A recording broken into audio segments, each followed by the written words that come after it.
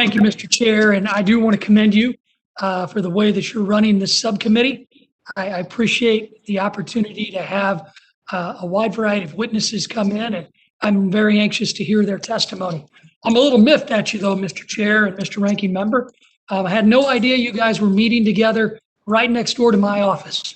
If I would have known, I would have at least come and pounded on the window, do something to disrupt the meeting, but would always love to see both of you, because I think it's a testimony to the bipartisanship that exists in this Congress that a lot of people don't see and the media doesn't talk about. So cheers to both of you for getting together to talk about issues. And thanks again, Mr. Chair, for letting us talk about the issues today.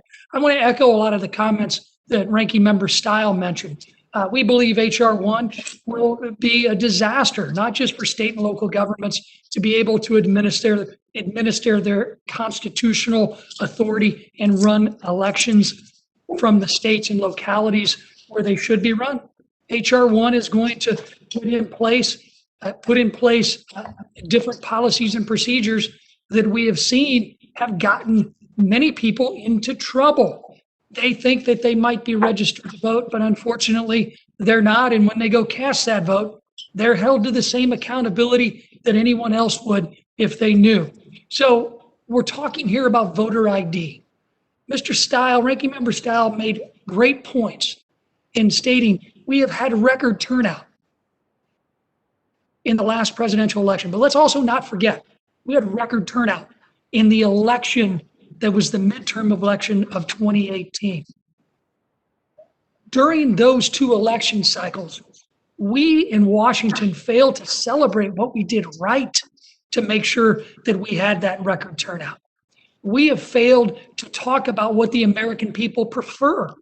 And 75% of likely voters surveyed in a recent Rasmussen poll actually believe voter ID is necessary for a fair and secure election. Two recent polls show broad support among African Americans and other minorities for voter ID.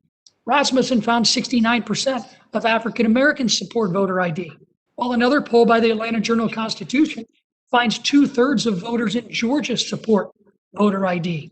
82% of Arizona's voters support election integrity reforms, which include stronger voter ID and voter roll cleanup. One of the recent hearings we had at the full committee in the last Congress was to talk about voter roll cleanup, where we had then Secretary of State, now Senator of California, Alex Padilla, not commit to us to take off already identified dead people from the California voter rolls.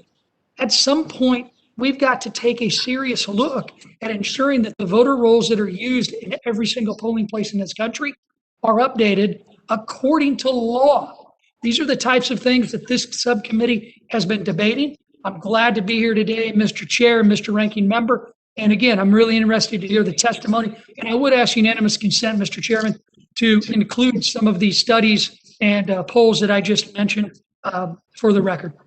Without objection, yes. Thank you. Absolutely. Thank you, Mr. Chair. Yield back. And thank you to the ranking member. Now, in just a moment, I will introduce today's distinguished panel, but before